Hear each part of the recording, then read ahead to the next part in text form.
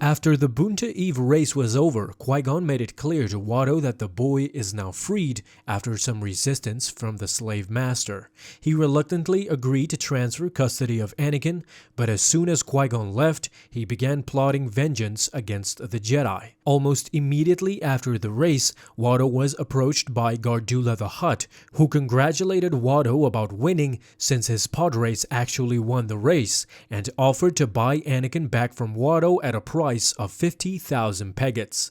However, the greedy Watto refused the offer and immediately began plotting to get Anakin back. Before he left the arena, he spied on one of Jabba's thugs. He then approached one of the thugs and offered him a freelance job to convince Jin by force if necessary that he leave Anakin behind on Tatooine. Later on, Watto met with the Jedi asking as to whether or not Anakin would be staying on Tatooine, to which Qui-Gon responded that it was the boy's choice to leave from this planet.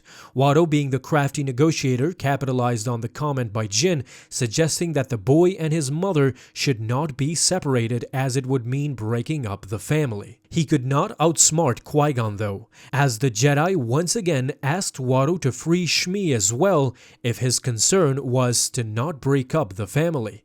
Realizing that Qui-Gon was trying to trick him, the Toydarian demanded that the Jedi bring the necessary equipment needed to take and carry the hyperdrive and be on his way, hoping by that time Qui-Gon would be dealt with by his thugs. Later, Sebulba came to the shop, hoping to purchase new engines to replace the ones he lost in that day's race. Watto, however, was stunned. It was Qui-Gon standing at the door of his shop, unharmed. The Jedi used one of his mind tricks to dismiss Sebulba and then demanded that Watto retrieve and deactivate the transmitter that would allow Anakin to leave Tatooine. Watto went to his safe to retrieve the device, but the safe also contained a blaster. Qui-Gon immediately let Watto know that he already dispatched Watto's hired thugs and that he was in no mood for games. Having no other recourse, the desperate Watto retrieved the transmitter and then finally deactivated the same one.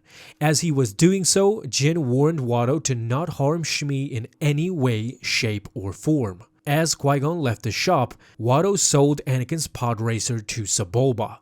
While the Toydarian slave master continued to complain about his situation, the Jedi and now former slave Anakin Skywalker departed his shop.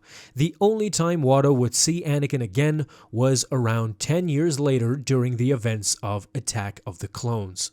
Alright Star Wars fans, that is it for today. Thank you so much for watching this video, and if you liked it, feel free to leave a thumbs up down below, subscribe if you haven't already, and don't miss out on any of my future videos that I will post on this channel.